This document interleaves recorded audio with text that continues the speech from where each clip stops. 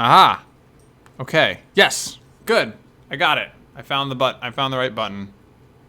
Good. So that's the audio button. Now that works. I can close this. Close my calendar. Ah. Oh, Okay. hold on. Yes. Good. Mute the stream on my computer. Okay.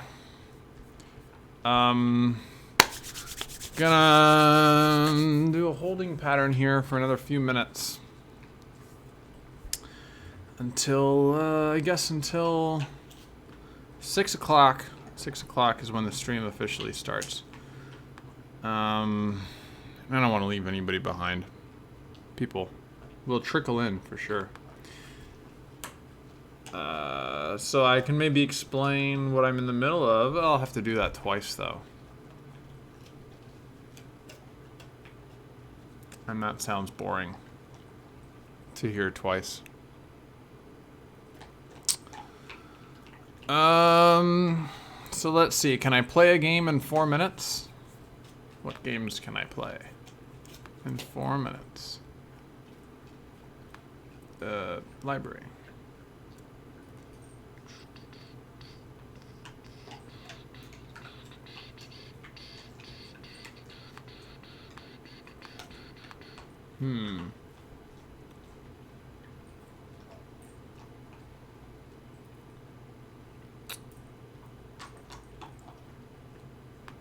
This game, since I have never played it before, gonna stream it from the other computer for 4 minutes, 3 minutes. Here we go. I've never played this game and I've been meaning to get into it. This Ink Repair guy. He makes good puzzle games. Alright, what's going on here? Steven's sausage roll. Uh-oh. Okay. Alright, we're good. Right, play. Oh my. It's apparently a controller game, but I can play on the controller. Ah, I see.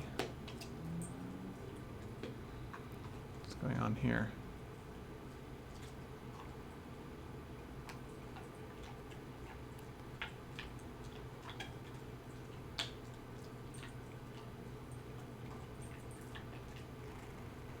Oh, something happened.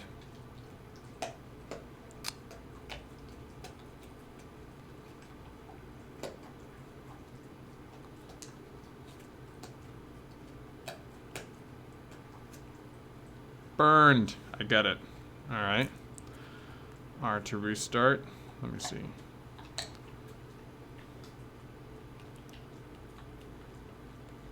This is my undo button right here. Okay. So I can push the sausage. But I can't stab the sausage. Can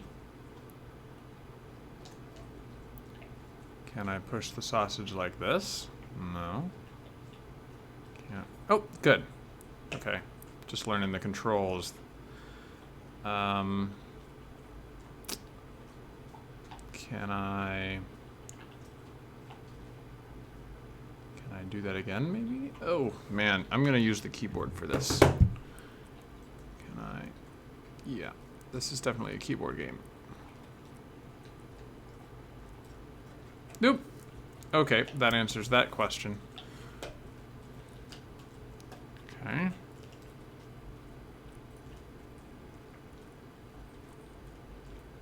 Let's try this.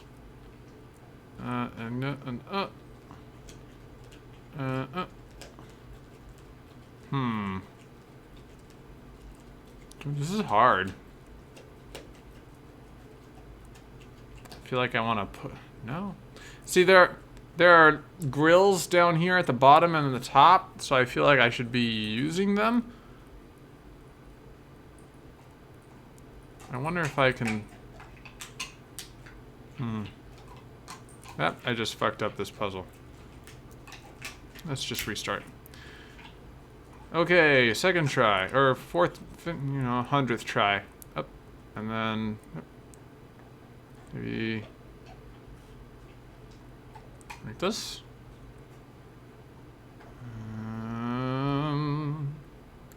Too bad I can't move sideways.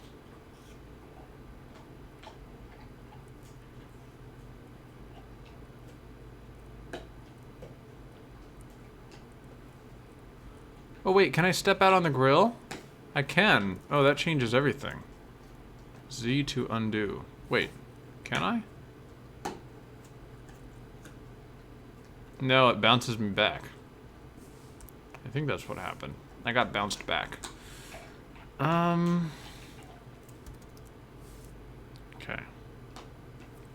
So how do I want the sausages positioned? Oh, I think I know how I want the sausages positioned. I have to push one of them like that. And then I have to push the other. I don't think that's unsolvable now.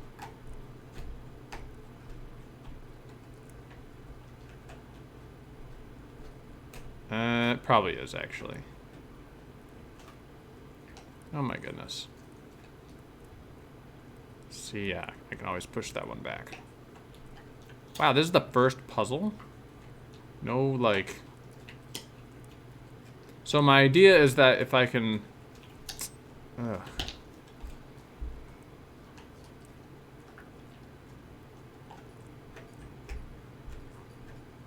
Yeah, okay, good. If I can push the sausage on one side and then roll it over and...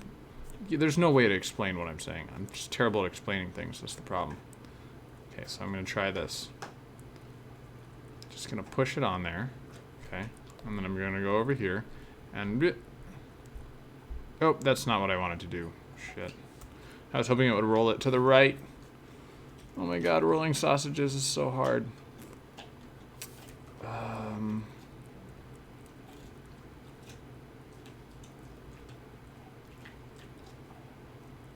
Yeah, okay. I can back onto it, but it pushes me off. But it doesn't hurt me. Can I use that fact? Let's try restarting.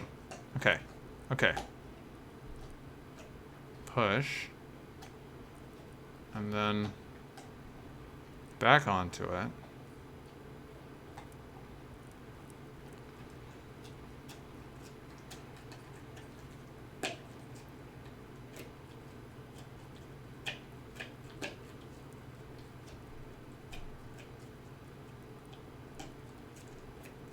Oh my god, this game is hard. This is the first level. Bad at this game. Holy crap. So, this can't be the answer, because there's no way for me to get the sausage off the grill at this point. So I've got to do something like this. Ah, here we go. Push the other sausage up. But then if I do this, the sausage goes in the water, so that's not the answer. Yeah, this can't be the answer. I've stuck the game. Oh wait, no, I can do this. And then maybe this? Oops. Uh-huh. Well, but now that other sausage is stuck. I can't get that sausage back. So that can't be the answer.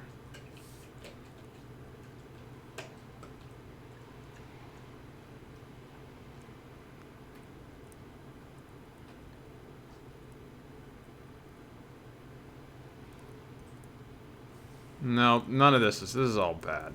This is all bad. I'm gonna solve this one puzzle before I start the stream. I'm determined. This puzzle is like math, and it's math and programming stream. So, gotta do this, I'm pretty sure. I think I can do this, and then...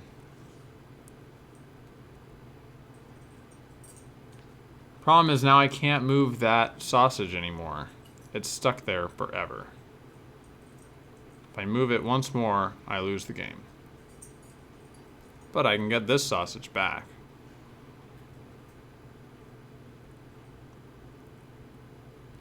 If I try to cook this sausage now, it's gonna get burned because I can't move it back. Can't move it back. Okay, you know what I should do? I'm gonna do this the other way around. I'm trying to picture the solution. What does the solution look like? How do these two sausages have to be arranged on the grid? That's the better thing you have to do here. So, I kind of think that the sausages, like, I have to get them lined up like this before I start pushing them anywhere. But I don't really know how to do that. How to get them lined up. Let's see if I do this. This is why I'm trying to, like, okay, now rotate this one, and now maybe come up here like this, and then, like, push the sausage to the left. I can't do that because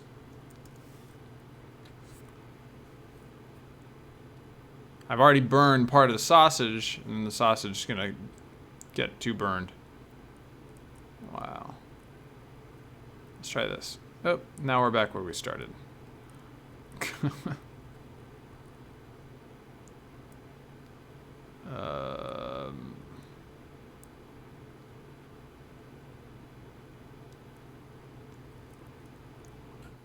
Have I tried this sort of thing already? I don't know. There's one. There's two. But I can't bring the sausage back. How is this solvable? I'm so confused.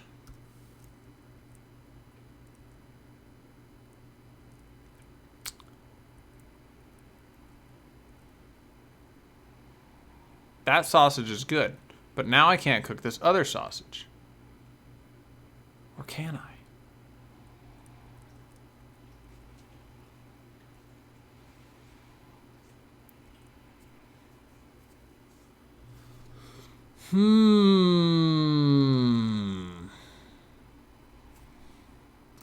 Undo. No, this can't, because this is the same as if I start.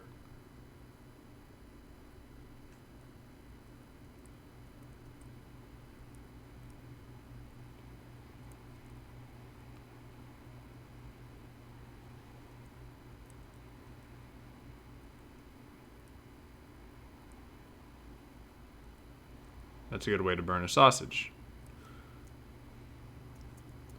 Restart. Keep it restarting. What? Okay. Oops. And then there's no way I can line the two sausages up like that. It's not possible.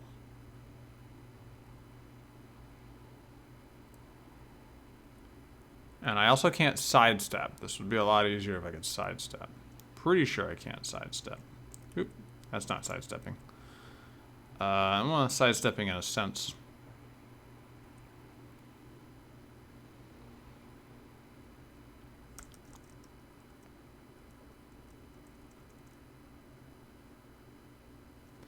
Is there any way to get the left sausage moved? Yes, I could do this. I can do this, and then this, and then that, and then this, and then this. Yeah. And then I can come up here and be like, bam, bam. Oh snap. Oh snap. Guess who solved the puzzle? I knew it. I had to line them up. Perfect. All right, that was enough stalling for time. Let's start the stream for reals. Okay. Getting out of here. Thanks, Steven. That was a good puzzle. I knew I could solve it.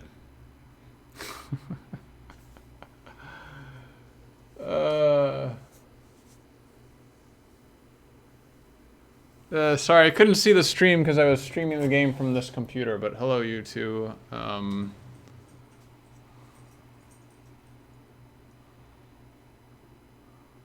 Yeah. I think later in the game you can stab a sausage and then carry it along with you, but I haven't gotten that far in the game yet. So, also, hello, Scott. No, I'm not doing that now. Okay, So, programming. Here we are. We're programming. So here's where we left off. Starting stream now. 10 minutes too late. That's fine. Okay, so we're doing a level editor with a with like an entity system, entity list system. So the idea is you have to put your entities somewhere. Got to be in a big list. Then you have to be able to refer to them later. List has to be fast.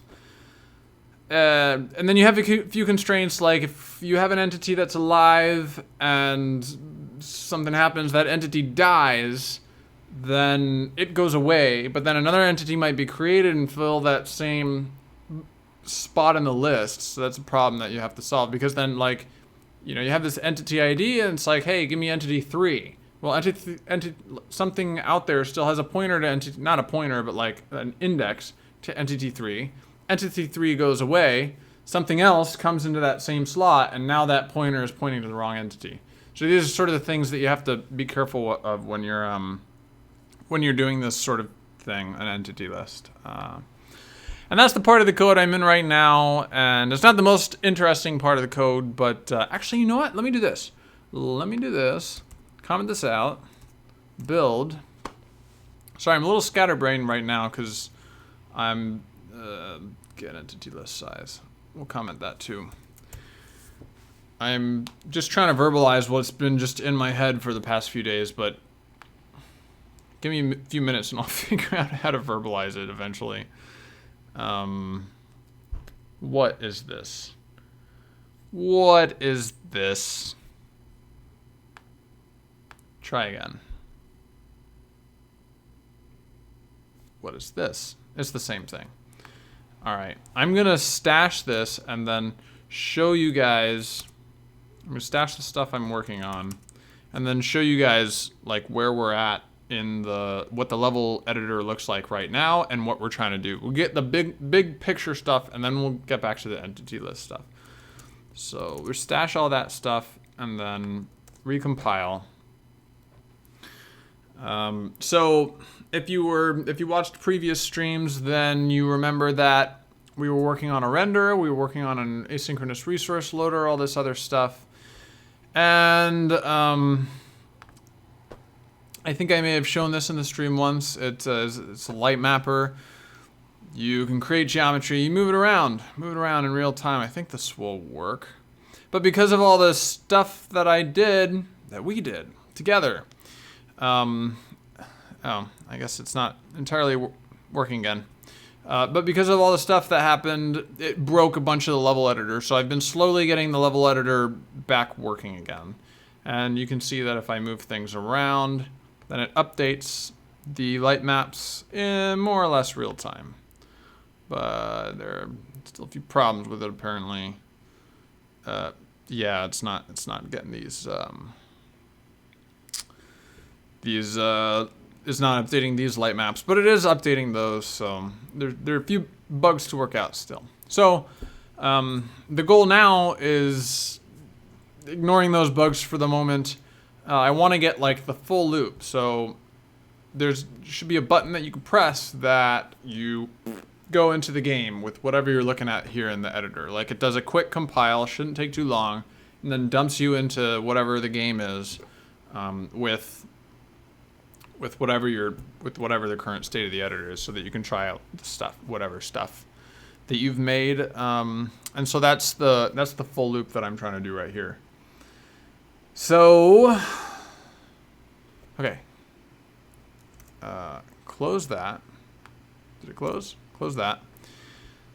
So that's the goal. Go from editor to game. Should be pretty seamless. With that in mind, I'm gonna get rid of all this crap. And, oh, come on.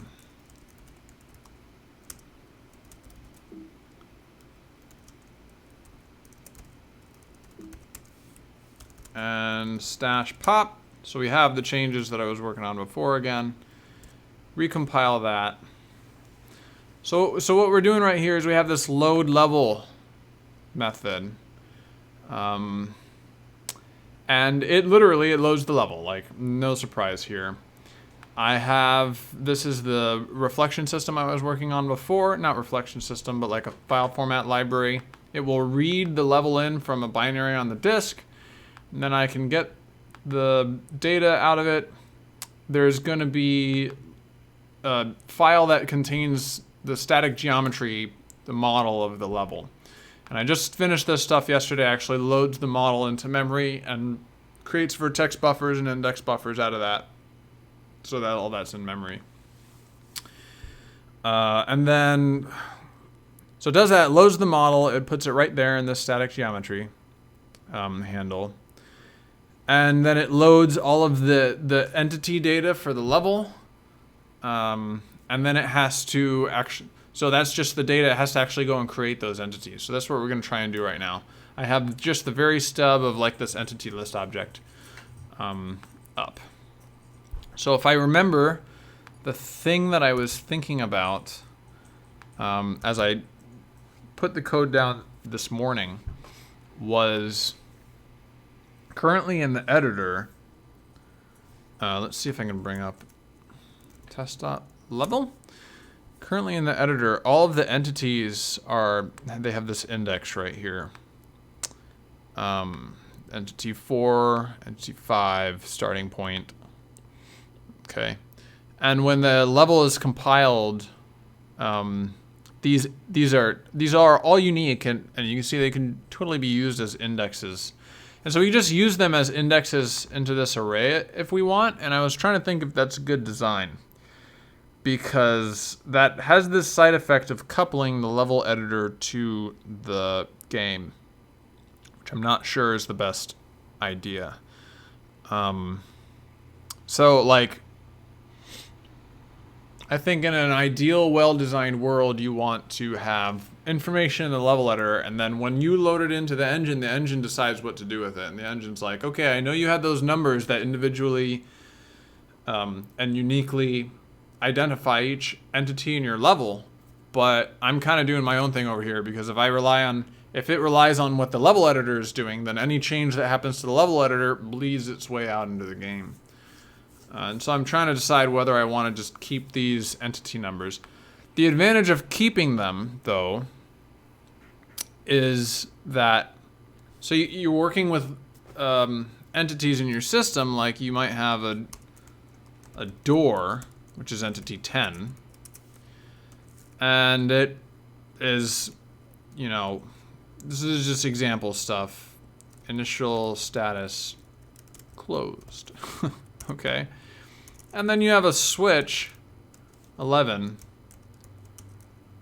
open, you know, when it's switched, what should it do? Open the door. Okay. So I can use this 10 and I can refer to that 10, and then in the level editor, you just know that, like, the level editor knows that this 10 refers to that door. So that is all fine. That is all fine and dandy. So you already have all of these unique indexes in the level editor, and you can take advantage of that in the game. You say, okay, well, just when we load into the game, use all these same indexes, and then you just index into the list. Otherwise, you'd have to give this door a name, and then you'd have to say open the door that I gave the name, and now, like, you have to look up, there's got to be some dictionary somewhere of all of the names of entities, and you have to go through that dictionary, and then you have to maintain that dictionary, or you have to search every single entity every time you reference the name of something. So that's a lot of extra code. Like, you really simplify your life a little bit if you just use the indexes that the level editor generated. So that's an advantage, and I'm always, like, wary of creating this coupling between the two systems. But I think in this case, I'm just going to go ahead and do it, because I'm going to be a bad software engineer and create a coupling between these two systems intentionally. Because there are a good number of benefits that will let me avoid writing some code, and if I ever want to undo it, it's not the kind of coupling that is difficult to undo. because the undo is all right here in this function. That's true today, and I think I think that will remain true. I feel like I have a pretty clear idea of what I need out of these things, and so like I've written a level editor before, and I don't feel like it's gonna change that much, but I could be wrong. I probably will be wrong. Should probably uncouple these things, but anyway, I think I'm gonna do that, and it might come back to bite me in the ass. We'll see. So let's see. I'm going to say entity list, create entity at index, and give it the entity data that I want it to create. Come here, bud. That's loud.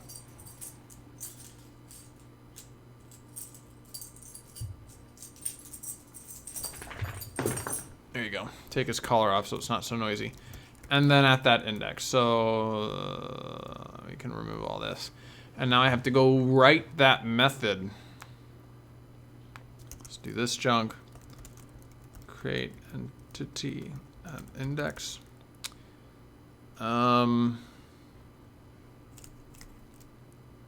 What is this? KV entry. So this is like the raw data of the entity entry. And then an index, of course. So let's do that. So if I build that, it'll probably be a bunch of link errors. That's normal. Unknown type KV entry. We'll forward declare that real quick. KV entry.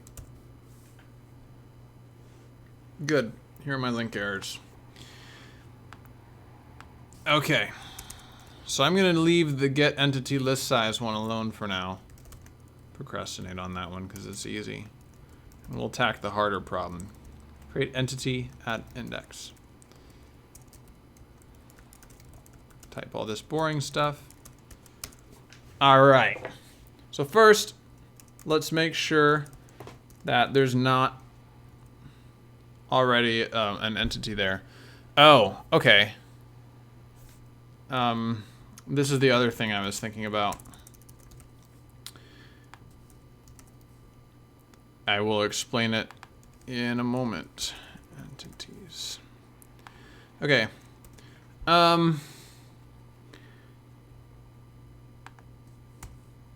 So let me explain by where's this article?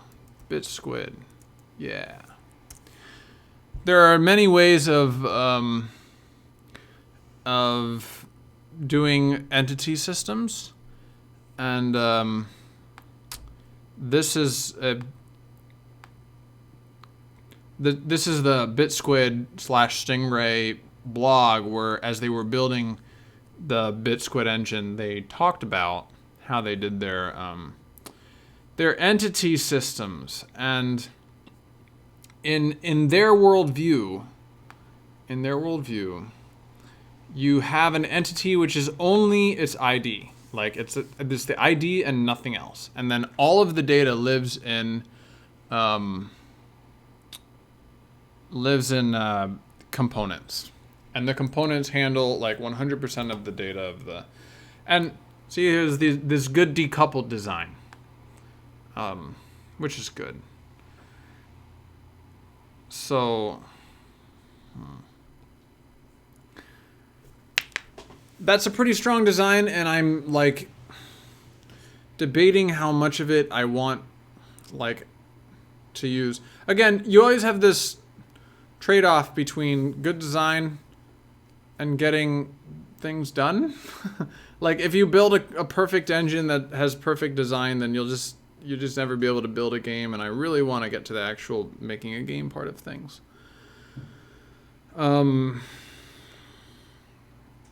So, because you have a lot of friction when you have to make like, so for one, if all of your data is in these components, then anytime you want to see something, then you're in the debugger and you have your entity and you expect a bunch of data to be in the entity, and it's not. You can't just like open a pointer in the debugger and see all of the data in it. You have to dig into extensions and this sort of thing. So you're creating that kind of friction. You're also creating the friction of like every time I build a new component, I have to make a manager and then figure out how the memory is going to be handled, and then like make all these accessor functions, etc., etc. That's work, right? I'm like, it's good design. It's good design. You should do it. You should do it, but it's work. If you were working at Unity or Unreal or something like that on a big engine, then it's work you should absolutely do. Like, there's no question of the because the number of people who are going to use your code is high, right? But like the payoff in an indie game is just not as high. I'm the only person who's going to be using this thing. Like, I don't have to worry about communication between 50 people on a team. I'm really just interested in what's the friction in me writing code. And so what I'm thinking of doing is being a bad programmer intentionally again, kind of feeling like entity component systems are the 21x version of embedded scripting languages in 2000x. Yeah, like at work we have like the entity, okay, which has components, and then you have a left-hand component, and then you have a right-hand component, and then you have the left-hand component. The left-hand component is polymorphic, and it has a left finger component or whatever, like, and then like, you know, you have like a bunch of these. You have entities that have so many components, because like a player has to be able to jump, and so you have a jump extension. I'm trying to like generalize this to not say anything about our game, which is not announced. Then you have health, so you have a health extension. Then you have what else? Like all these little extensions that describe all of the parts of what a player can do, but they're all only ever on players. Like there are 20 extensions, components that only ever appear on players. Like, why did we make all these extensions? Yes, I get it, single responsibility principle. We shouldn't have, like, even health extension. I use, by the way, extension and component interchangeably. Even health extension is way too big. Like, it doesn't just have health in it. It has all of this other stuff that shouldn't be in there at work. And so, like, if you were following the principles to the letter, you should break that up into, like, 5 other extensions, right? And now, like, so you have, here's an example. You have a UI attachment. This is one of the things we have, okay? And UI attachment contains, it doesn't contain the actual UI that floats above a player or whatever. Okay, it just contains like a reference to another entity that's like player UI attachment. And then there's another entity that's player UI attachment. And then it has some components, and then it has a player UI attachment component. It's like, what? Like, I get that there's a reason for it to have been like this. It's nice to have these attachments be at the, have their own entities, or their own actors, or whatever you want to call them. But, like, this is just too much. I want to make a game. Yeah. So what I'm thinking of doing is somewhere in the middle. Like, there are benefits to polymorphism, and then there are benefits to a component system, and then there are benefits to like the pure component system, like BitSquid describes, where all of the data, like if you have a transform component, for example, and then that has a structure of arrays thing going on where you just have like vec3 positions, and then you have 1,000 of them or whatever. And then you can iterate this list of positions. So that's useful, but not for my game because I'm running one game, you know? All right, let's see here. Not having the player code be a giant mess is a really hard problem. Yeah, I've definitely ended up in Monolithicville, for sure. Dealing with complexity is probably the single most important... My chat disconnected. Single most important problem of software engineering. Like, if there were a solution to it, that would be the fundamental theorem of software engineering, as weird as that sounds. But like, dealing with complexity, part of that is also knowing when to deal with the complexity and when to just do something stupid and simple that gets the job done and isn't over-engineered. It's a really fine line to draw, and I feel like I spend most of my time thinking about where to draw that line and then getting it wrong.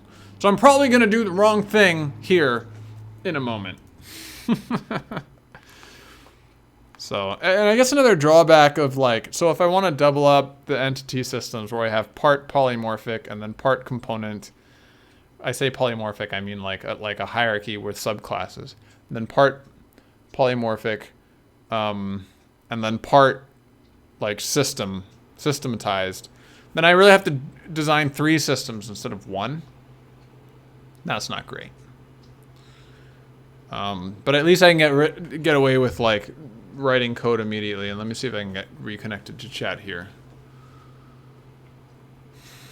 That looks like it worked. I may have missed some messages though. Okay, so we're just gonna do that real simple. So there's nothing in this entity slot. Back to what we were doing. So crap, what is in this? Here we go. Oh, let's undo all of this crap that I wrote. That might help. So, actually, I'm just gonna print entry name because I'm not quite sure what's in here and I want to know what it looks like. Entry get key. I think this should print me all of the entity names instead of actually doing anything. Entry get key. What? And entities index is what this should have said. And then access to incomplete. Oh, I have to comment include data.h has all of the key value entry stuff in it, so that's good. Oh, I guess we have to create this size t entity list. Get entity list size.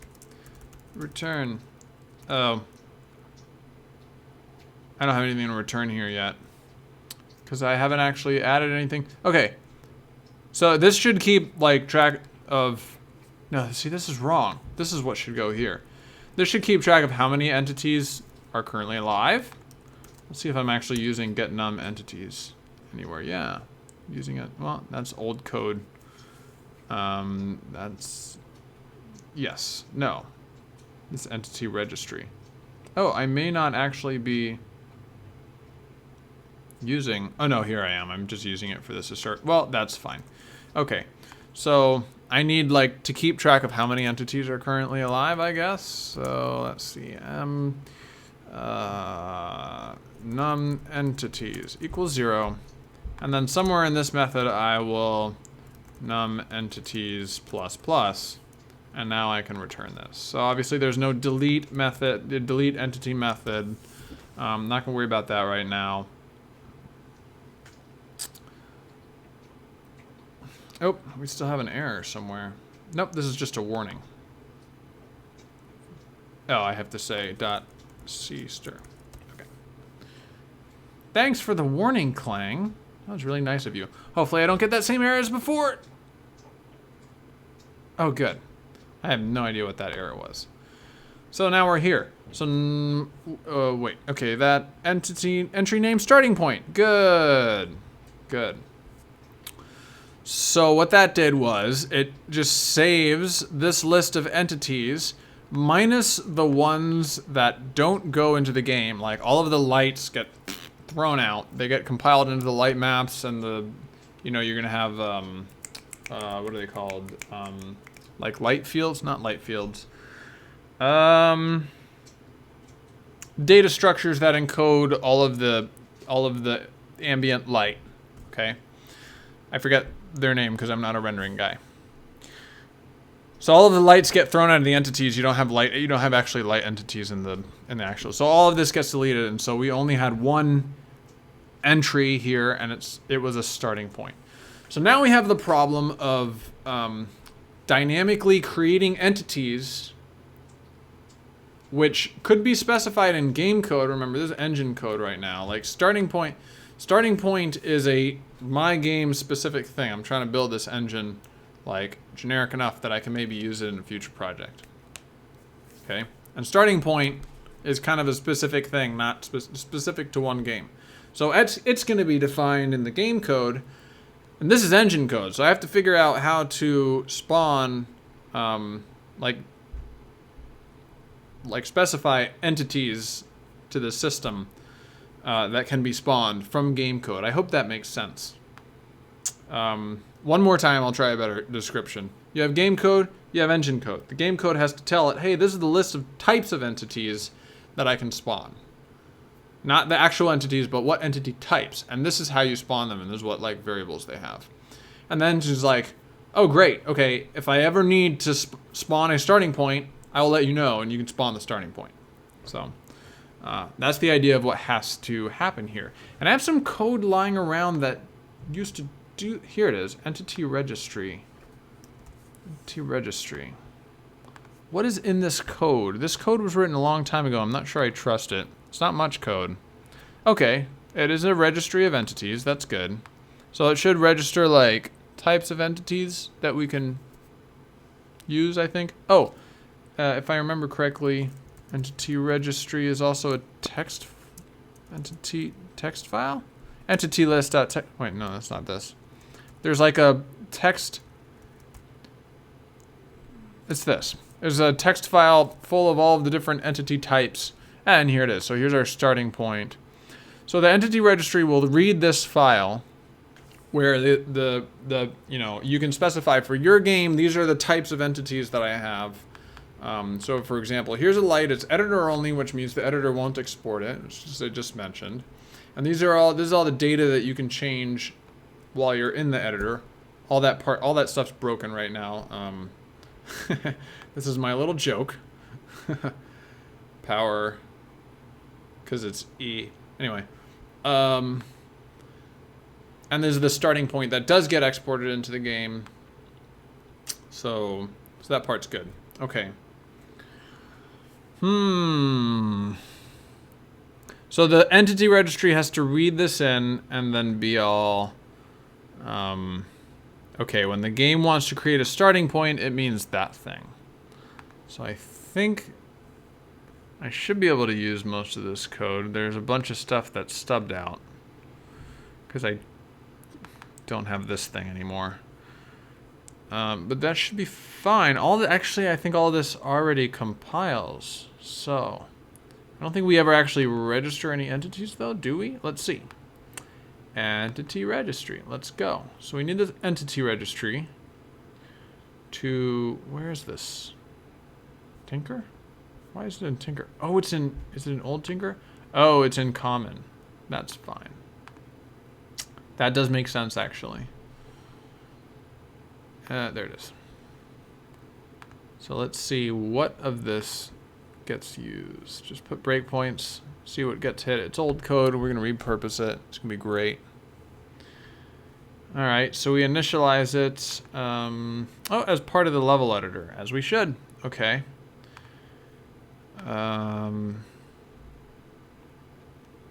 We probably don't ever actually register any entities, though.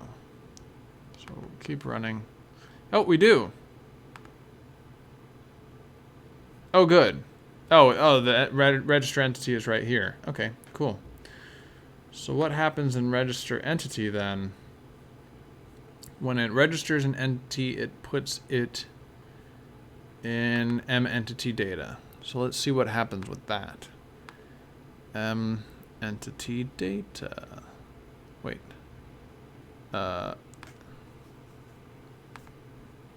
Entity registry. Entity data is a list of entity data. And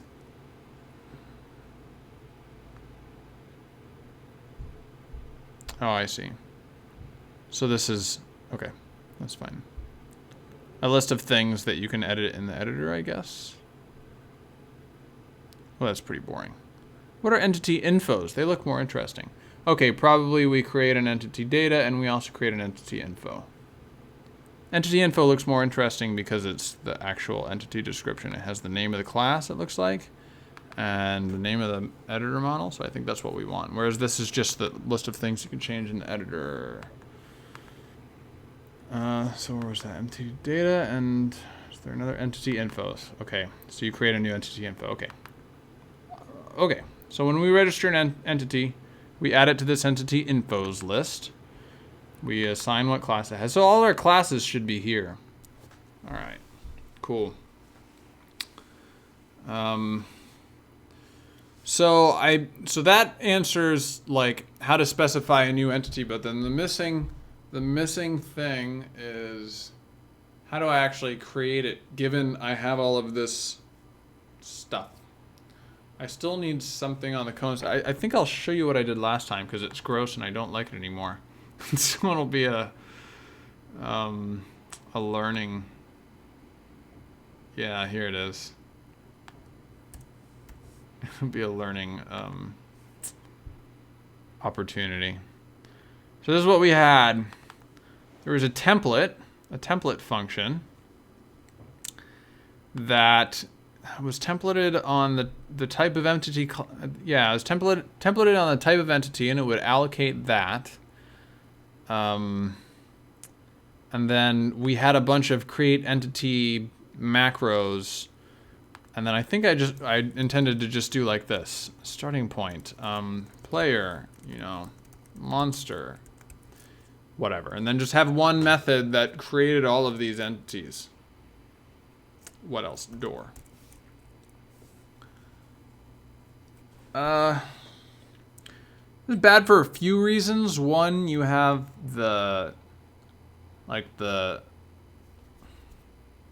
you have one function that knows about all of your entities. So you have to have include up here, include starting point.h, include player.h, right? So that you can access these constructors. Or not. Wait, yeah, because entity class right here. So you have to have the class available. So you have to include all of these. So that's no good. One file that includes all of the things in your game, all of the entities in your game, probably not the greatest. So let's not do any of this. And I think that is in the old directory, so it's not included in the project right now.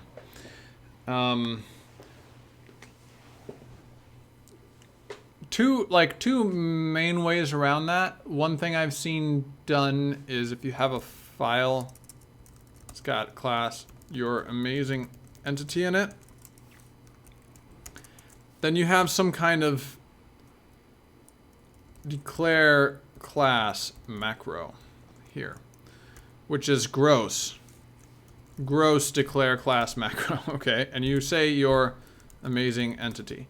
And this macro has some code in it that at some point links your amazing entity into a list of all of the entities.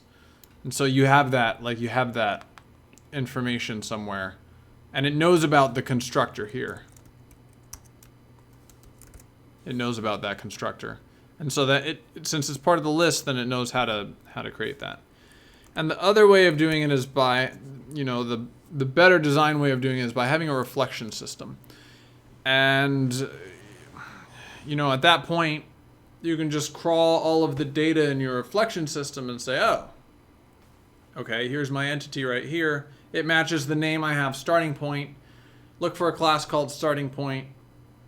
here it is. Okay, create that thing. You can just do it through the reflection system. Do I want to make a reflection system? Probably not. If the language already had a reflection system, I would definitely use it at this point. My other option is find and include a reflection system, which is going to be gross. It's going to be gross.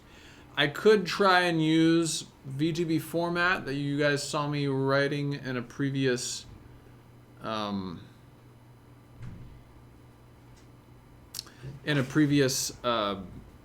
stream. I could try and use that as a reflection system, but I don't think, because it has a lot of the same stuff, but I don't think that's a good idea.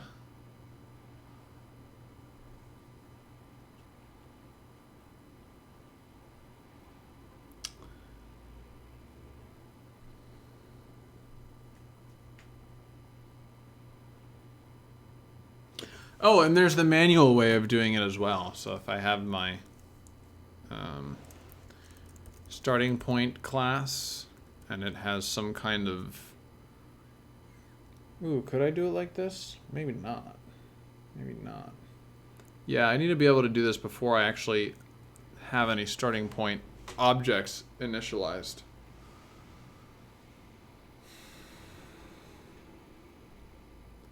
Doing it the macro soup way would be kind of disappointing. I'd like to do something better than that, but better involves like writing a reflection system, which I don't want to do. Or importing one, which I also don't want to do.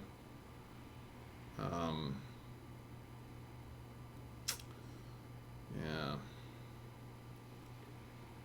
I mean, I could do it this way.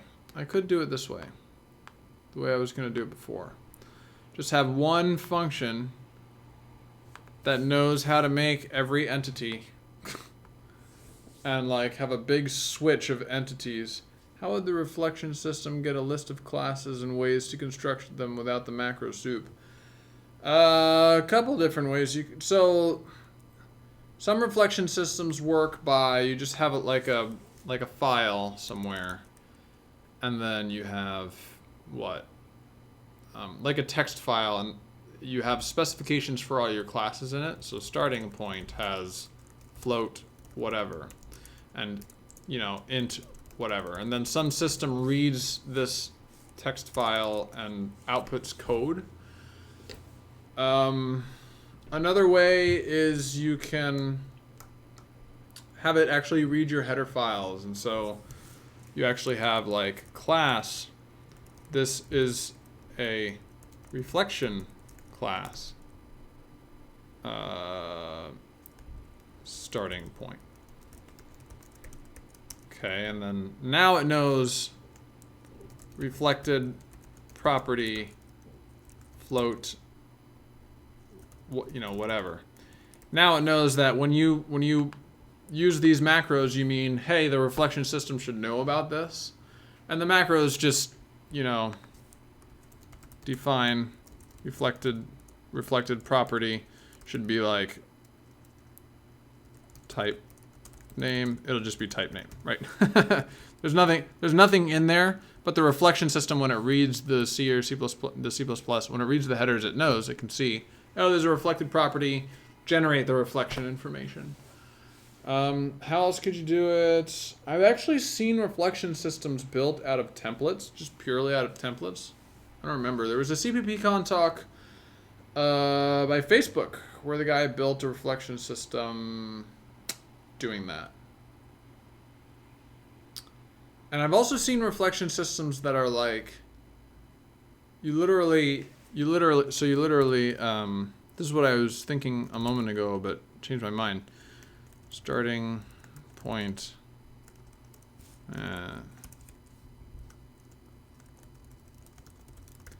Like in the constructor, you say reflection system,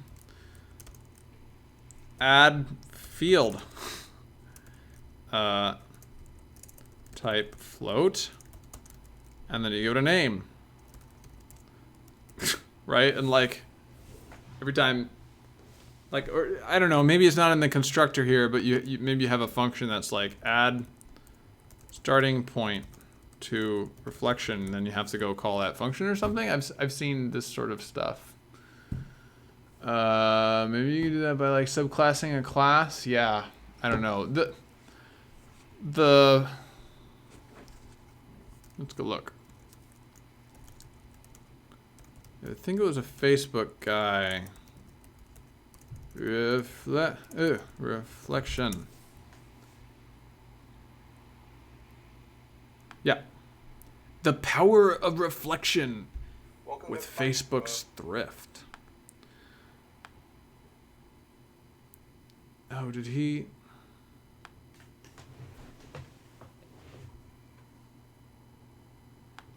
Oh, that's right. So he doesn't actually say how he generates the reflection information. He just assumes the reflection information is already there, and starts using it to do whatever. Here's his JSON ugly printer. So he has, yeah, so he's already got the data and he passed. So never mind about this video. I don't know what I'm talking about. I've done macro soup. I did macro soup for a previous game for Data Tanks, and it wasn't terrible.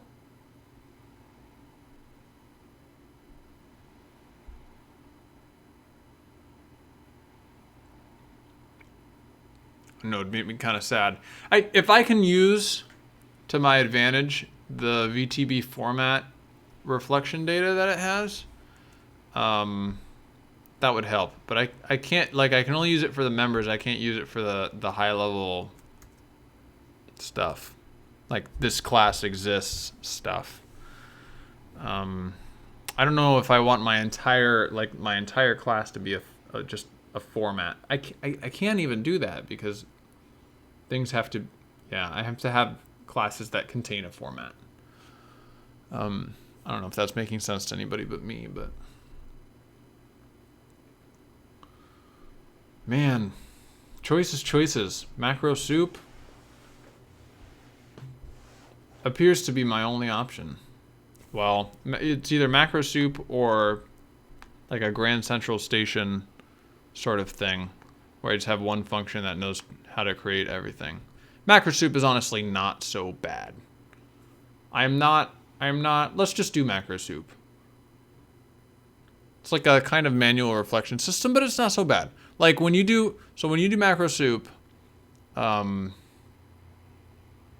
it's simple, it's reliable, it's soupy, of course, but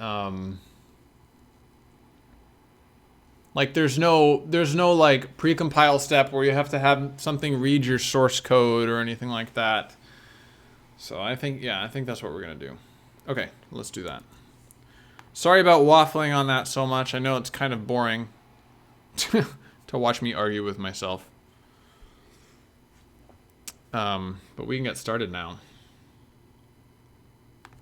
So we're gonna come here and we're going to make, let's see what's going on here. Yeah, here's my starting point. This gross code. Okay. Yeah, let's do this. Let's take this over here. And let's see. New folder. Entities. And then add the first file to that folder. And here it is. Pragma once. All right. Crap. Decisions all over the place, man. What is a starting point? What is a starting point? Like, so the way I did it before, which I also no longer like, is I was trying to do it the Casey way, where I have containment instead of, like I have this instead of this. But my God, it's so much of a hassle. I'm sorry, Casey. I can't do it your way. But then the question is, do I want to, like I don't like a starting point is not really like a thing that needs to be its own class. I think I realize now. Like I changed my mind. Starting point was before was like its own entity, but I don't think it needs to be its own entity. I think it can just be a base entity with a name that has a position. Maybe starting point is like a spawn point type thing is the wrong example to use. Maybe I should start with player. I think I will. I'll start with player. Player.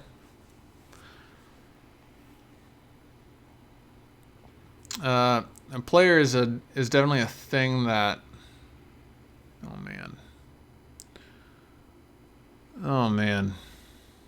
Maybe I should have gotten a little farther along before I started with my thinking before I started streaming, so it's not just me waffling. What kind of game? Just a side project of mine. No game in particular. Spawn point needs the player? No, it doesn't. No, the player needs the spawn point, not the other way around, is what I would say. Spawn point just exists. It's just like, hey, I'm a spawn point. You know, the player at some point can choose to spawn, and then it has to go looking for a spawn point. But the spawn point just marks a position for things to spawn at, I would say. But I still want to start with the player, I think, because... No, start with the spawn point. Let's see. Starting point. What happens if I start at the starting point? Starting point is simple. I should totally start with the starting point because it's simple. That's the rule. That is the rule. Okay. So and then I don't need this.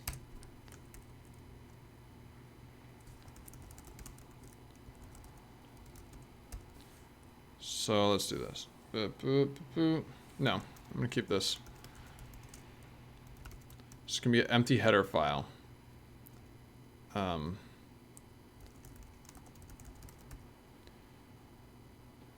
Yeah. Full of some junk. And we'll make a new one over here. Include Grotto entities.h. Save Grotto entities.cpp. And we got it, put it in the right place. I don't know why it changed the place on me. Here we go. Okay, and we have to do, we have to make sure that this catches the new, so entities, sources, get all of the source code entries in that directory and include them in the project. Grotto sources, entity sources. All right. Rerun CMake. There we go. So now that should be part of the project. Here's a test. Yeah, good. All right, so here's the first stab at our macro soup. Okay. Declare entity. It's called starting point. And what entity is it? Info player start. Nope, sorry.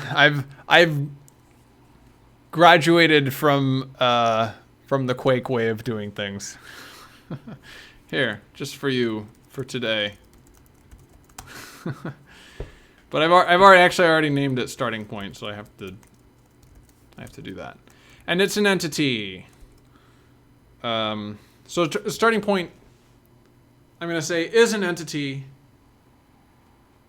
but the extra stuff it has is going to be defined elsewhere, basically. I think is where I'm going with that.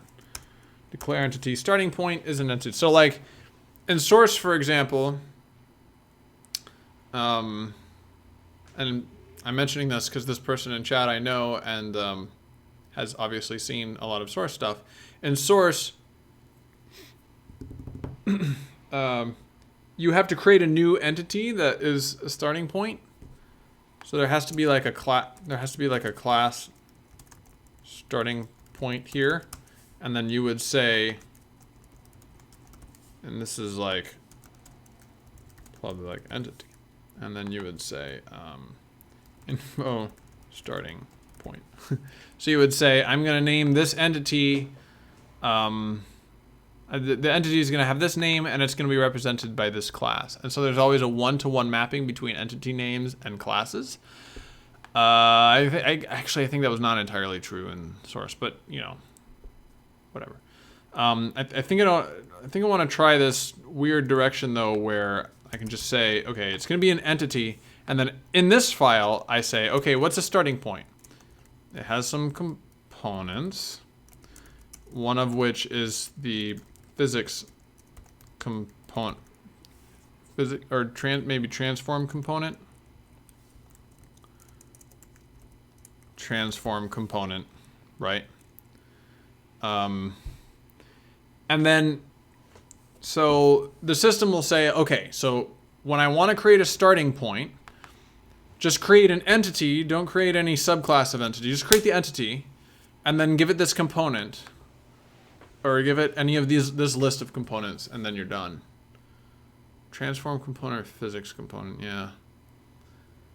I'm thinking I'm going to call it transform, because transform will just hold all of the transforms of all things.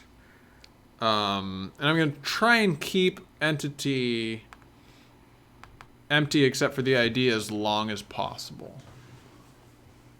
Which I feel like is a good idea. And I don't want to create like a new class for starting point, because starting point doesn't actually have any logic. It's just a thing that exists. So, okay, so this is the start. This is the start of my, yes, getting this out of here. This is the start of my new entity system here. Okay, good. Unknown, everything, errors all over the place. So we're gonna include, what do we have to include here? We have to include some Tenjin files. Tenjin is the name of my engine. Okay. Include, the T stands for Tinker. Let's see, include game entities.h. All right, and then in entities.h, I have to go define this declare entity. Okay, so this is the name of the entity, and this is the class that the entity is. Okay. So, this is going to be really ugly. Entity registration. Wait, do I already have a thing called that? I know I have an entity registration. What was it called? Entity. What was it? Where was it? Oh, it was, it's in here. Entity registry, entity data type, entity registry.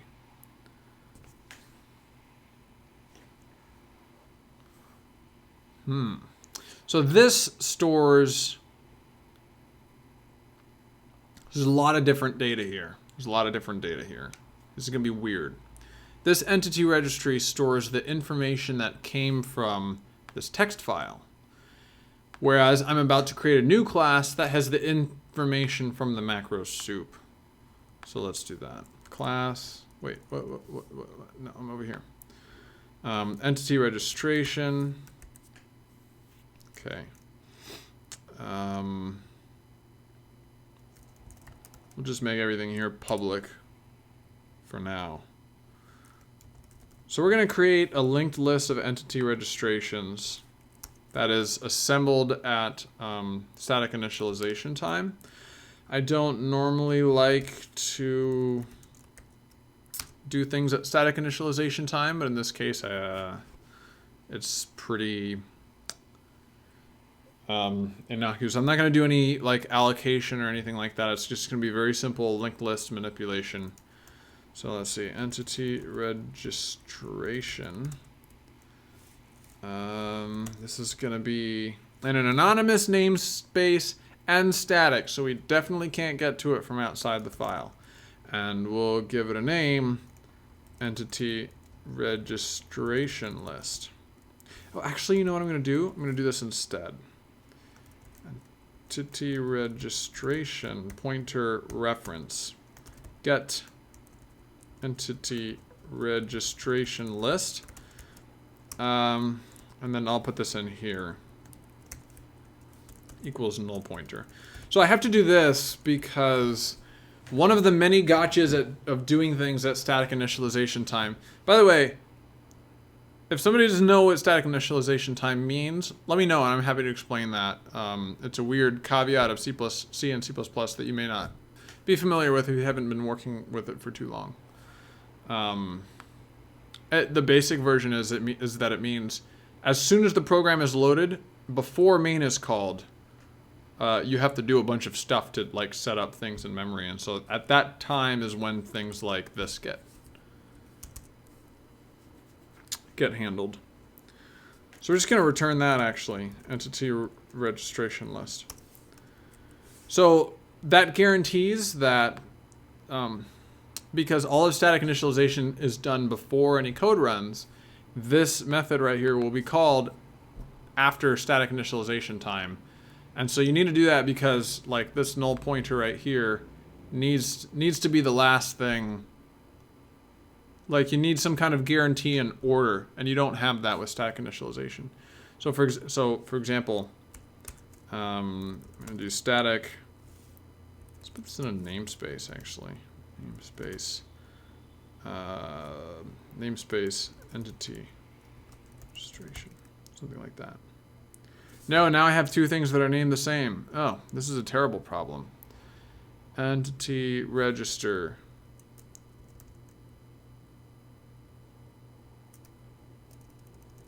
Entity macro soup.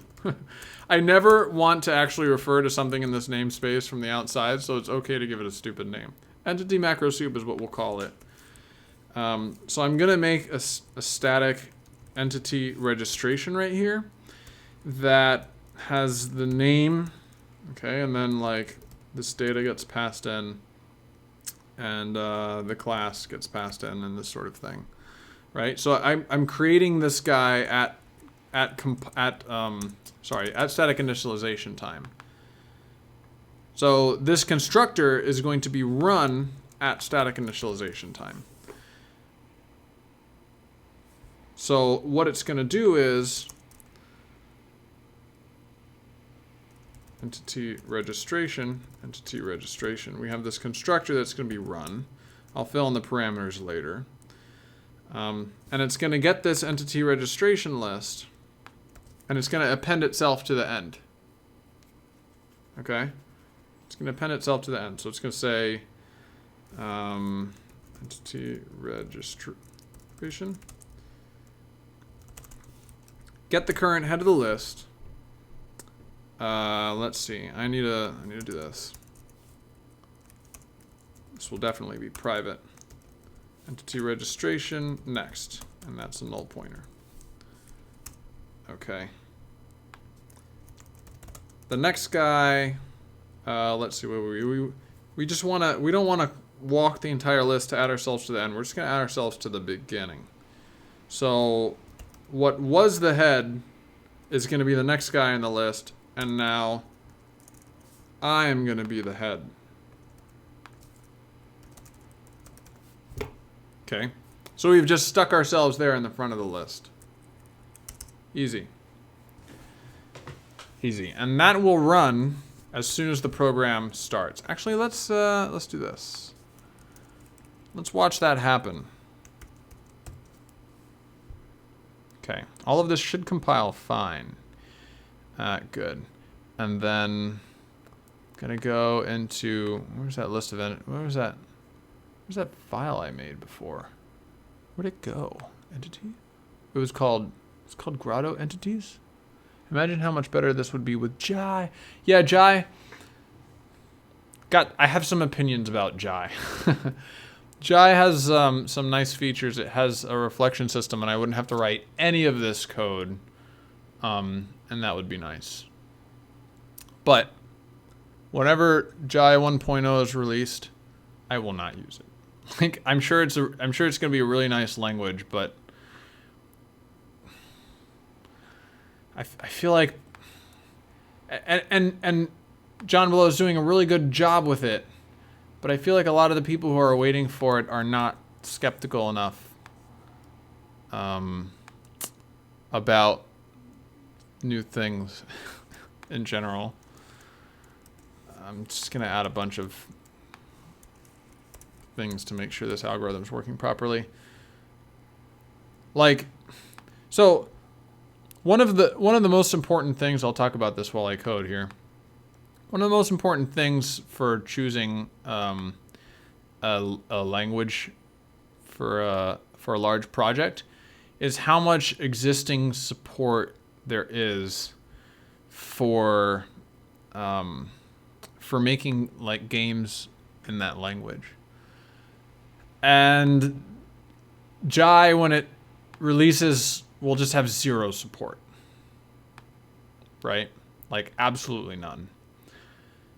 Which is, well, okay, it will have whatever support is granted it by the fact that John Blow makes his games in that engine, and no more. So it'll be great for doing what John Blow wants to do, because he's gonna put a lot of thought into doing what he wants to do, and really crappy for doing a lot of other stuff. And that's not to say anything bad about John Blow. Like, he's an amazing programmer. Obviously, we all like him.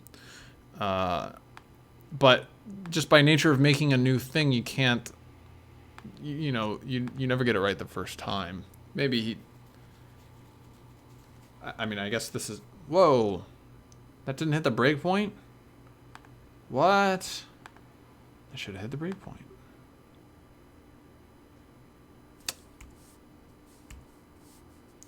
That was weird.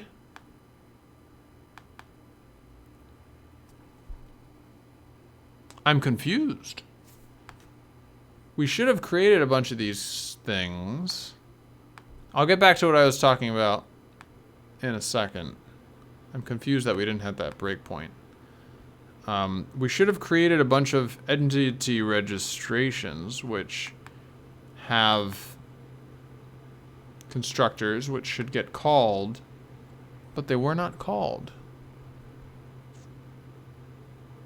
Odd. I have a suspicion. I have a haunting suspicion.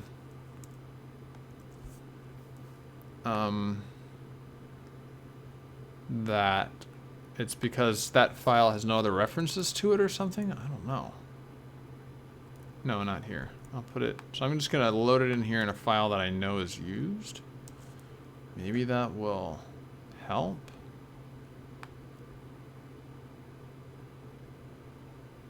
Still isn't called.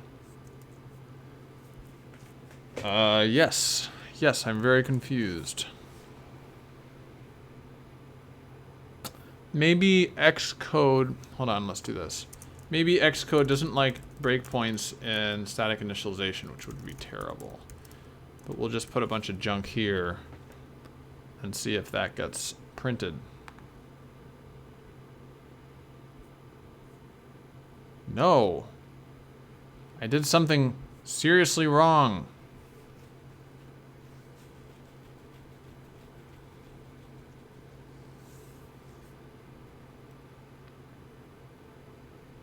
What is going on? Up is down, left is right.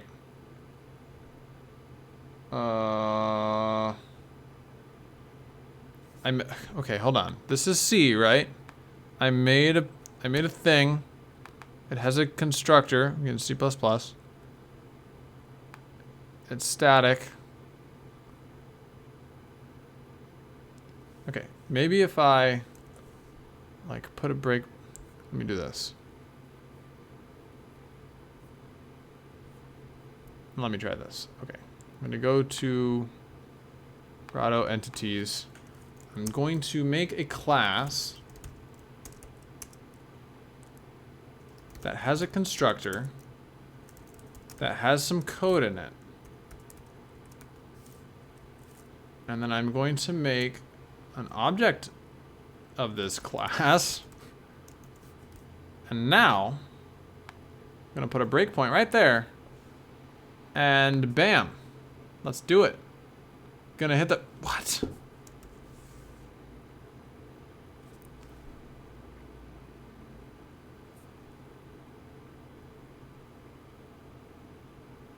My webcam is over the code. Oh, sorry. I'm really bad at... Yeah.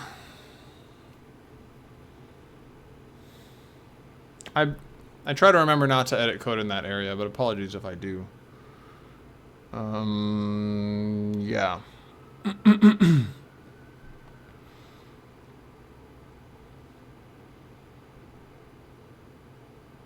I don't get it. I don't freaking... Actually, I'll make the webcam smaller. Tiny. That should get called. Okay, how about this?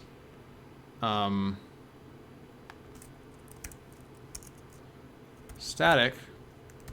That thing. Pointer equals new. Gotta give it a name. Equals new, and then like some specific art. Oh, let's just try that actually. Let's just try that. Hello.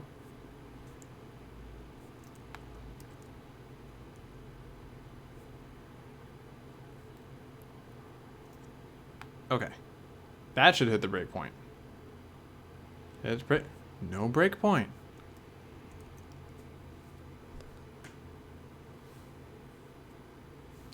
Define a function instead of a static variable. Yeah, that's what I was trying to fix here. So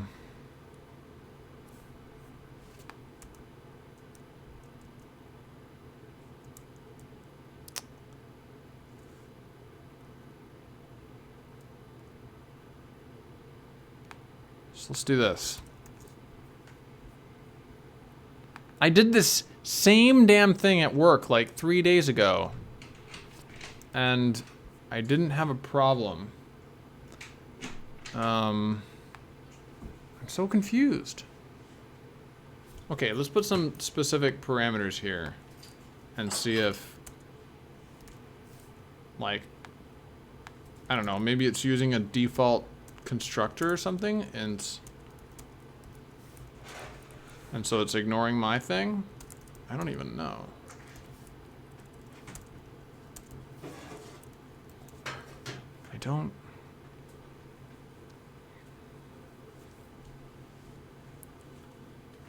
Ah, that was it.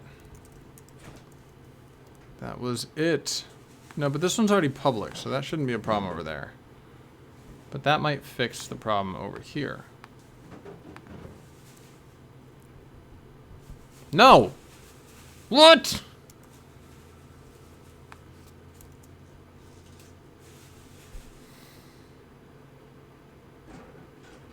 I'm so mad. Don't I look mad? I just don't understand. Okay, I'm gonna take 2 minutes here real quick. I'll be right back.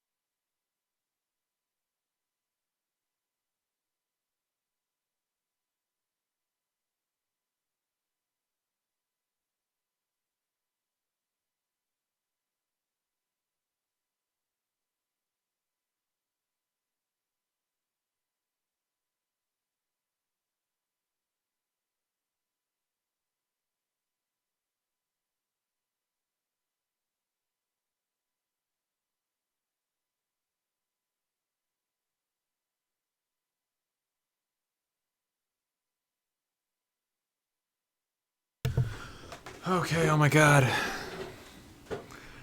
Why is this not doing what I expect it to do? So let's try this. Gonna take this, take it out of here. Go to, where's my main function? Main. It is here. Gonna put this here. I'm gonna put this here. Just to make sure I'm not crazy. Just to make sure I'm not crazy. This is what I'm gonna do. If I can't hit this breakpoint, I am crazy. I'm just like, take me to the lunatic asylum. I'm nuts. Okay, good. I do hit that breakpoint. Now, let's try hitting this breakpoint. Ah, good. Now, let's try hitting, I try to only modify code in Sublime, but I forget sometimes. Let's try this breakpoint.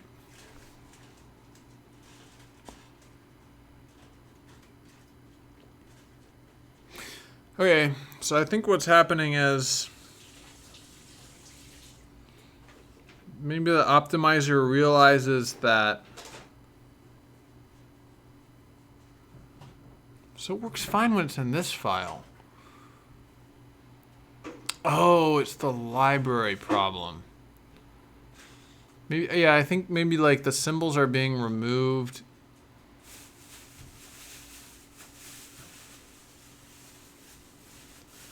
Because it's in a like a statically compiled library instead of in, you know, it's not, I don't know. That doesn't make any sense. If I take, okay, it works if it's in this file, but if I take it wholesale, copy it back into that other file, I think that means it's gonna stop working. And the two files are in the same, they're in the same project. Same everything. Yeah, so that didn't work. And so now it stopped working. I feel like I've seen this before.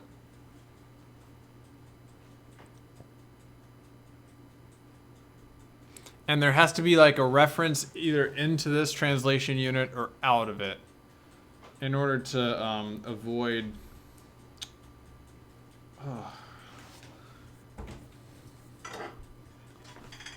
No, I'm not gonna go search. I feel like I solved this problem.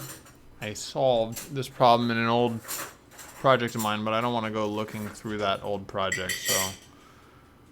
So let's do this. Let's take all these here, and for now, we'll move them into this translation unit where I think we can be guaranteed that they will be called.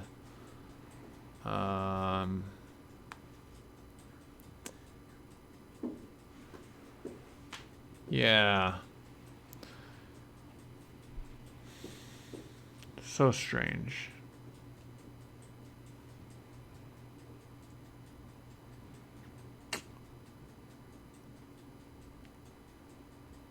Yeah, I don't know. I don't know why it's doing that. But we'll just proceed like this for now and figure out why this should matter. Okay, so back where we were. Let me take this crap out of here. Entity. Here we go. Take that out of there. Restart. So now we should be creating this linked list of all of the registered things. Okay. So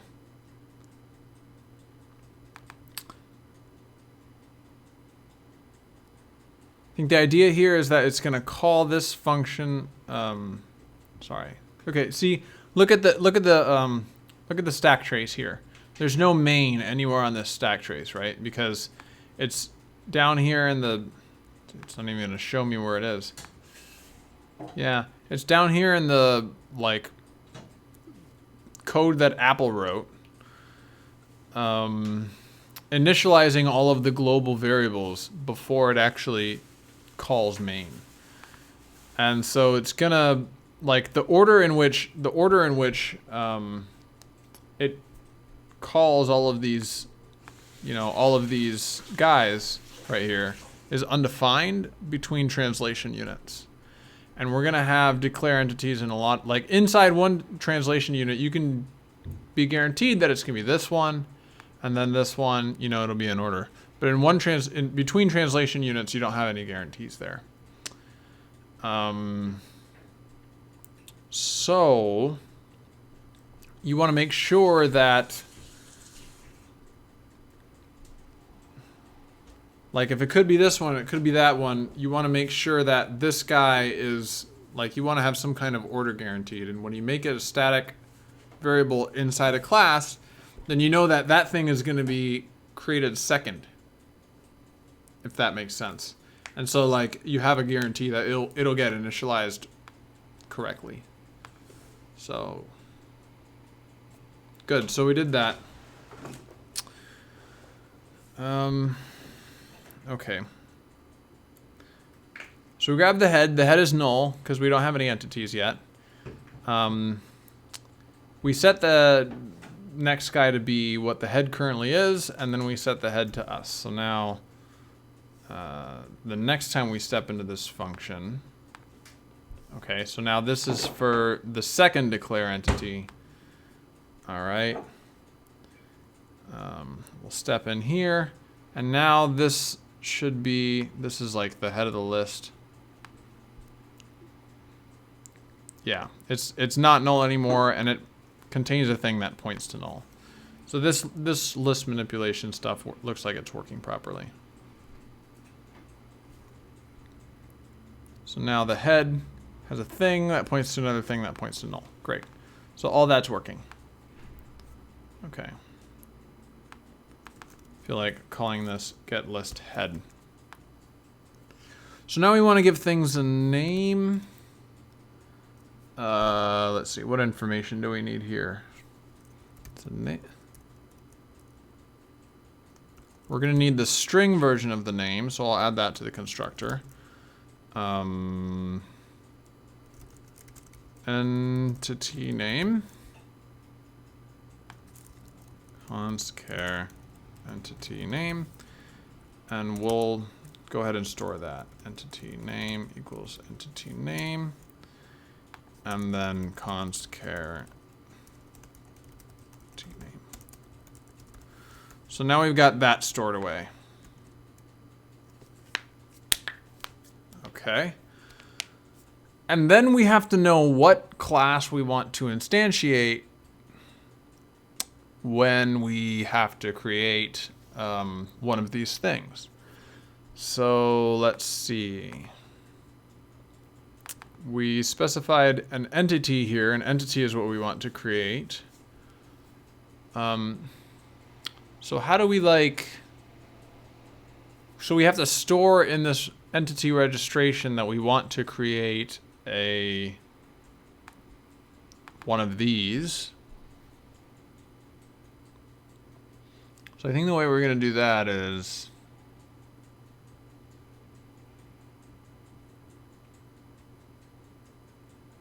so we can have a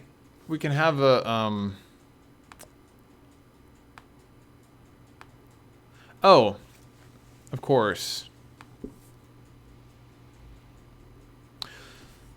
I'll finish my thought. So we can have like oh my god, words. A constructor that's called like create entity, and then we can call that constructor. So I can do this right here. So I can say void create name. Okay, that's a function, and what does it do? It returns a new class. Something like that, right? And then we pass create name right in there. We pass the pointer to the function right into entity back. You know what I'm gonna do? I'm gonna tack a name onto here. Just to make it unique so that, to just, you know, maybe discourage people from poking around in here. That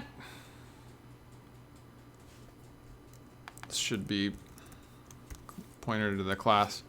That is feasible, but oh, what was the other idea that I just had?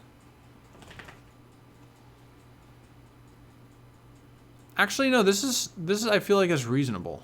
This is I feel like is a reasonable idea. Maybe.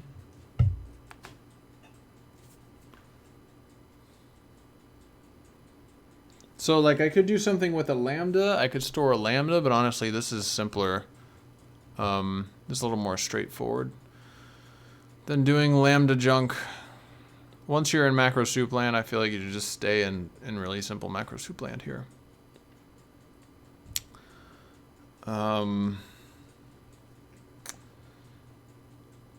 What else could you do?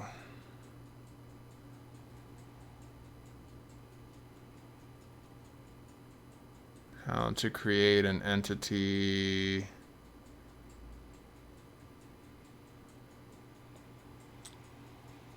I don't know, I'm blanking on other ways to do this. It's a pretty straightforward way right here, but I guess I could do this.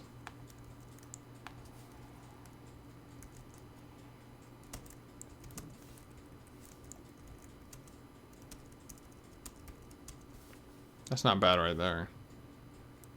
Just a little bit less boilerplate, really. So let's say I'm gonna do that. Okay.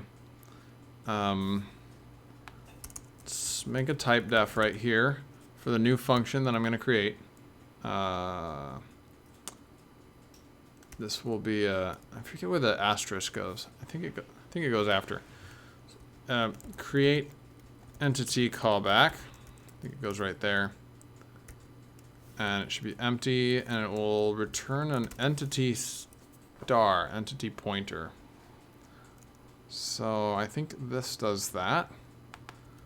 So now I have a create entity callback. Create callback right there. It is initially going to be null.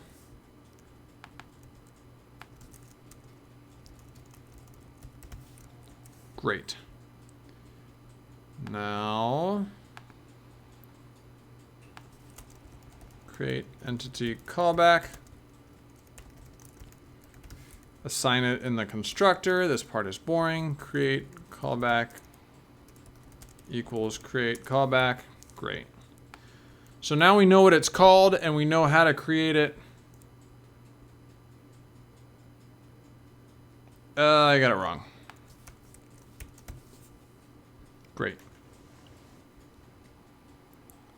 What is going on here? No matching constructor for initialization. What?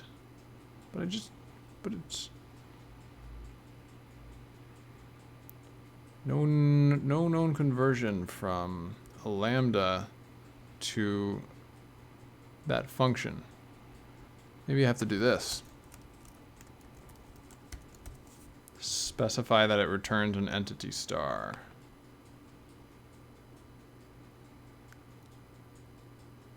Oh. Return. Dir.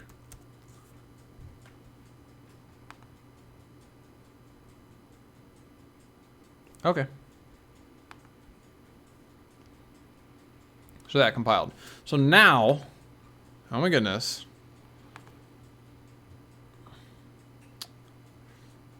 Now when it's time to create a new entity, where is the entity list? Create an entity at index. Okay. Inside the entity list. Where's the entity list? Entity list. Oh, it's right here. Here's where it's time to create the new entity. We have to just like walk all of the items in the entity registration. Figure out which one matches the name of the thing that we're looking for. So string view, get the entity type is entry get key like we did before. Just like we did before. And then let's walk this linked list. Let me move this up to the top of the file here. Okay. T registration.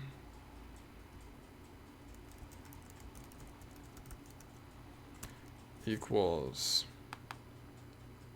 Grab the list head.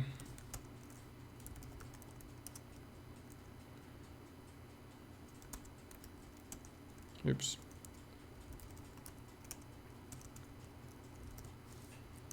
Then go to the next one, get next.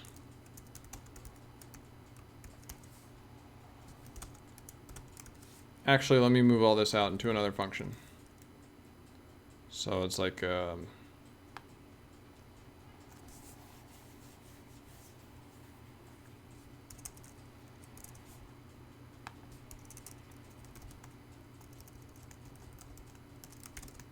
find registration.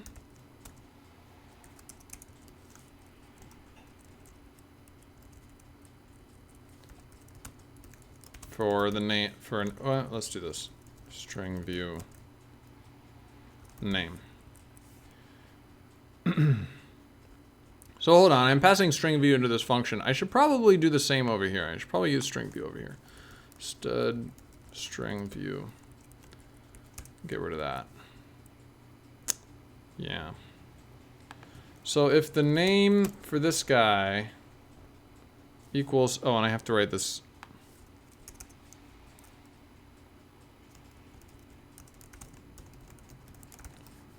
Get next. And I also have to write stud string view get name. So if the name is equal to get name, return entity registration. Otherwise, return null, because nothing was found. So great. Now I can call this guy. Find registration, entity type, entity registration,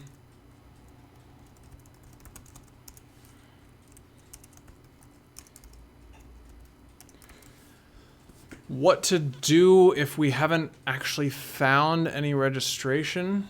That means we have an unrecognized entity. We shouldn't assert, really. We should, if not registration,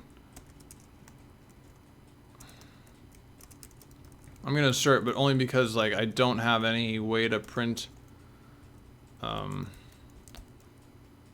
error message. As soon as I figure that out, I need to come back here and like to do print error message return. But in the meantime, I'll just assert so that I know that something bad happened. Okay, so now we know we have a valid registration, and we can call registration create entity. Okay, so that's here. Entity, create entity. Or call, create, callback, something like that. Or add, create. Create. There you go. Create. There. And actually, I'm just going to go ahead and assign it right into that index. Bam.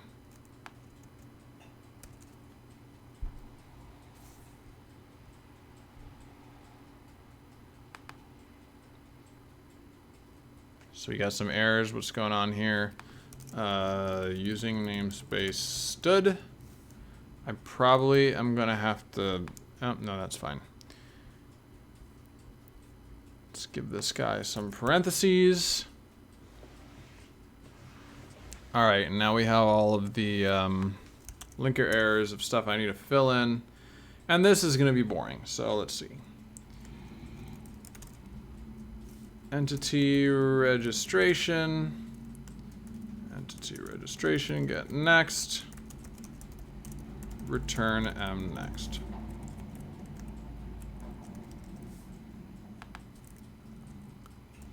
string view, get name, return name. And then the last one's going to be just entity, create, and we're going to call that callback to create an entity. Pretty straightforward. Oh, this should be entity name. Cool.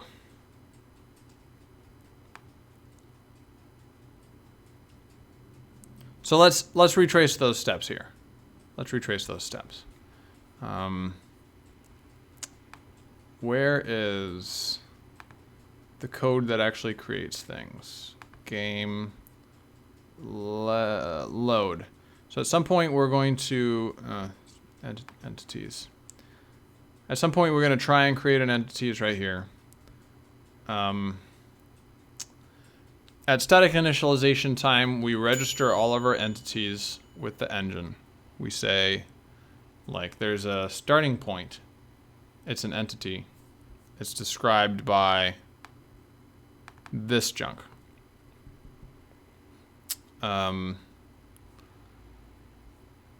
then we create a list of all of those things that it's possible for an entity to be. And then when it's time to create an entity, we go down that list and we say, okay, which one were we trying to create? And I'll step through that code now so we can see what's going on. Which one were we trying to create? So we want to create something that looks like a starting point. So we go in there. Actually, hold on. Let me back up. Let me put the breakpoint here instead. We want to create something that looks like a starting point. Starting point. And so we have to find the registration for starting point. We wrote this little method for that. It's going to be the first one. So, oh wait. Oh no, it's going to be the last one because all the ones that came after in the file pushed it back in the list. So here we found it. So we return that registration. That we might have to speed that up in the future. Like, I mean, we'll see. I'm gonna leave it for now because it's super simple. It just walks the list like, how often do you create entities? Maybe not that often. You could afford like to look linearly through a list. Probably for every entity you create, unless you're creating tons of entities at a time. I don't think I'll be doing that, so I'm just gonna leave this the way it is right here. Just looking through a list like that. I'm willing to put up with that. And then, so we have the registration. The registration contains in it a little function that creates a thing that we want. So we just call that. It calls the create callback, which is part of the preprocessor definition. Bada bing, bada boom. It creates a new entity. It returns it to us. We assign it into the array. So hold on. What index did it ask? 1. It asked us to create it at index 1. So let's see what's there now. Print entities 1. Yep, and there's something there. Whereas there's nothing at 0 or at 2. Oh. What? Why would it say that? Oh. There are only 2 things in the list? That's not right. I thought we were supposed to create a lot of things. I thought we were supposed to reserve... What's going on here? Max entity... This is curious. Oh, because all of the other entities are lights. That's right. So it's only creating 2 things in the list, 0 and 1, because all the other entities are lights, so they got removed. So the highest entity ID is 1. So it thinks it only needs 2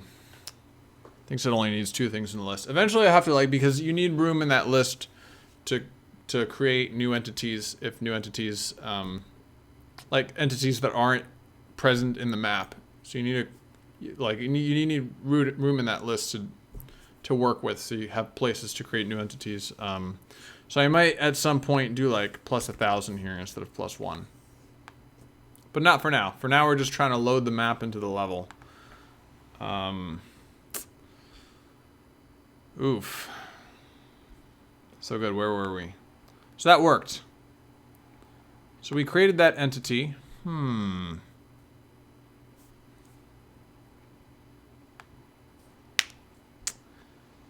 And we loaded this model. So we have the starting point created. Oh, except that, so now we have the starting point, and the next step is to populate it with all of the data that came from the editor. For example, its transform.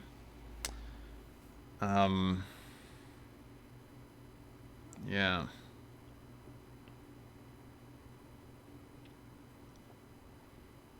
And that's a lot of work. I don't think I want to start that tonight, so I might not start that tonight. Yeah, it's getting close to when I would end the stream anyway, and the stream's kind of slow today. So I think I'm going to call it for the night. Got a little bit of work done here, even though there's this weird thing with the... these guys have to be in some files, but they can't be in other files. Hopefully it will work that I'll be able to put it back in this file. In fact, I might even put it back in that file now. Let me try and attack this problem a little more, and then I'll end the stream. Why does it not like being in this file? So what if I create some kind of empty function in this file? Empty. Okay. And this empty function is like printf some shit. Okay. There.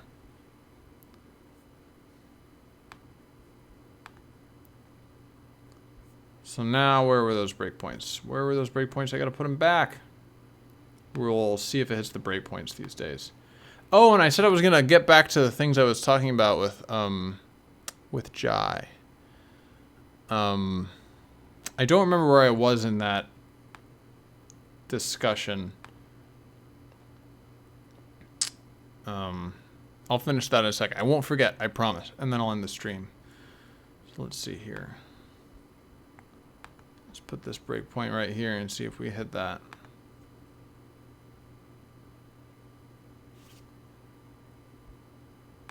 Nope, we didn't hit it. So now, what if I call it from the main function? I say void empty. And I call empty. So I know that something from that translation unit is going to be imported. Oh, what? Void empty. It's right there. Do I have to say this? I don't think so.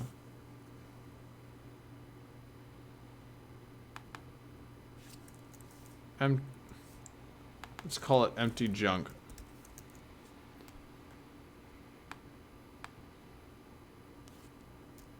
Empty junk.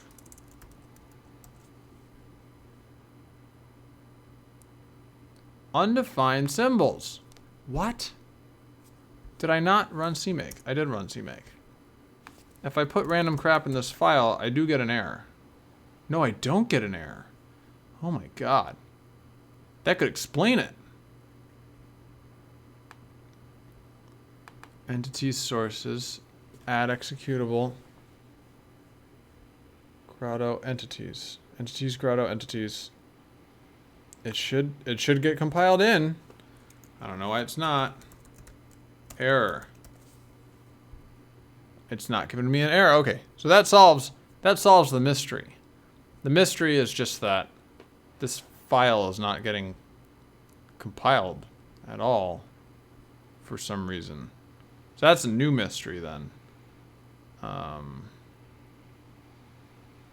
Oof. Grotto. Oh, it's because, yeah. Oops. That's why. I have two executables. I have the editor version and the non-editor version. It still should have been compiled. It still should have given me the error for the non-editor version. I wonder why it didn't. Okay. Good. So that means...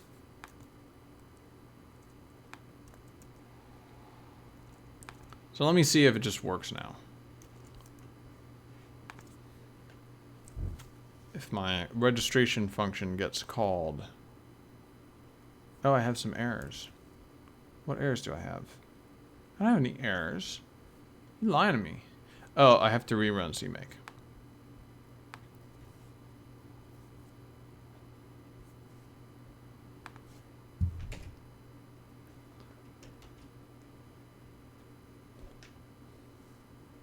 Yep, there we go. It's working now. It just wasn't included in the project file. Thanks, CMake. So let me fix that real quick. Set Grotto sources, and I'll call it.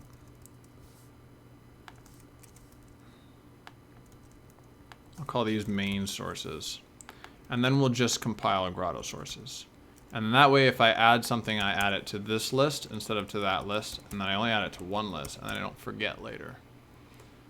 And we'll call this main sources. Good. All right. That works. Okay. So I was gonna say something about Jai. Yeah, like a lot of the, especially a lot of the handmade people are really excited about what's happening with Jai, which is good, but you know, I feel like it's gonna be strong language, but like there's not enough healthy skepticism going around there. There's just a lot of people really excited about Jai and like want to use Jai right now. So what's gonna happen is that this language is gonna come out. Jai is gonna come out eventually. And then people are going to start using it, and they're not going to know any of the caveats, right, immediately when they start using it, because it's new and it's unknown. And it's got a lot of amazing, cool things in it. But, like, how to explain what I'm thinking? You're gonna run into all the problems without, you know, with no warning ahead of time. Problems that you already know your way around in C or C++ or whatever language you're used to or familiar to, right? You're gonna run into all these problems. It's gonna have, like, it's gonna do what John Blow wants it to do really well, and even for him, it will have problems, right? Because it's a new language. And like nobody talks about that, right? People just talk about how amazing it will be when Jai comes. Right, like how amazing everyone said C++ was going to be when that came, right? And it made a lot of things better, but it also made a lot of things worse in ways that we didn't realize until 10 years later. And like Scott said earlier in the stream, the whole scripting thing, like game developers thought scripting was going to be the answer for 10 years, and now they think extensions are going to be the answer. And before that, it was object-oriented was going to be the answer. And then I'm sure like next it's going to be, I've heard someone mention to me state monads. State monads are the future. That state monads are going to be how code is ordered in the future to deal with complexity at large scales. And just like, you know, just take a step back and look at what's happening. Everyone is just get sick of the current situation. They wanted a new solution. And so they look around and they see that John Blow is making this cool language, which he is, and it is. But will it really solve all the problems of complexity at scale that we have? Of course not. Like, those problems will never go away. They're inherent in our jobs. They're the reason we have our jobs. Or if you don't have a job, like, they're the reason you will eventually have a job if you have any skills in programming. Because dealing with complexity is a serious problem that one programming language won't solve. Just, it can't, by definition, you know, solve that problem. It'll be a lot of cool and useful tools, but it'll also come with a lot of problems that we don't know about right now. So let me try and give another concrete example too. Lambdas are a great tool that can be used to do amazing things that you could do in C 20 years ago, right? But the new syntax has a lot of weird quirks to it, like you're capturing by reference or you're capturing by copying, and when you capture this, it actually becomes like it. If I'm doing some function, okay, and I write some code. Here's actually there's a member of some class, okay, and I write some code, and then I make a lambda. Auto lambda is equal to capture some stuff. Say I have some variables, and then I do yada yada yada on my lambda. Okay. So there's this whole thing about well, hold on. First about capturing all. That's terrible, right? In 2011, when this syntax came out, we didn't know that capturing all was terrible, and I think probably it's still not part of the programmer ethos that you should not write this. That, you know, you should individually capture things that you want to capture. Like, they shouldn't have allowed you to do this, I don't think. And then this one as well. This one's a little bit less bad, but still kind of awful, because you want to limit your scope. Is the reason for that. And then if you do this, then it's the equivalent of doing this lambda right here, right? But like I can call any other method. If I do this lambda becomes like a method of the class secretly, but like an anonymous method of the class that I can't, like, because I wrote the word this here, it's different from other captures. If I capture A, nothing happens. But if I capture this, then I'm suddenly a member of the class, and everyone's okay with this, right? So you have this like weird subtle differences in behavior, like even in what's valid to write inside, other than just like the things that you capture. But then it also has these weird interactions with, like, you're a member of the class, but you're not a full member of the class, right? Because like hold on, what was this problem that I ran into the other day where I couldn't use a lambda? I had to make a full member of the class. I don't remember. Anyway, so you learn these things, you learn all these subtleties about lambdas by using them a bunch, basically. So if you just get real excited about lambdas and you start using them everywhere, then you're going to run into these things. You're not going to know that you're running into these things, and they're going to cause you problems down the line. You know, let the lambdas go for a little bit, right? Figure out what their weaknesses are before you adopt them in your entire code base. And then when you adopt them, you can lay down some rules. Okay, don't capture ampersand. Do individual captures. Prefer capturing by value to capturing by reference, etc., etc. So I worry that people are going to adopt Jai and then write a bunch of terrible code, not knowing they're writing terrible code. And then they're not going to make any games. They're just going to spend time coding in Jai, which doesn't ostensibly help you make a game. It's just a programming language. Like, you have to minimize your programming time if you want to make a game, which Jai ostensibly helps you do, but nobody talks about that. So this is my concern. This is my worry about Jai. As much as I'm aboard the Jai train, as much as anyone else is. Okay, I'm gonna sign off. It's 8 o'clock. I'm gonna have a bite to eat and go to sleep because I'm getting tired. Thank you everybody for tuning in. This week's topic wasn't the strongest, but I'll try and have something more interesting, a little more visual next week, because I'm getting on the tail end of all of this refactoring with the editor. Hopefully next week there'll be something more interesting to talk about. either rendering focused or maybe a little bit less low level. So yeah, thank you everybody for tuning in.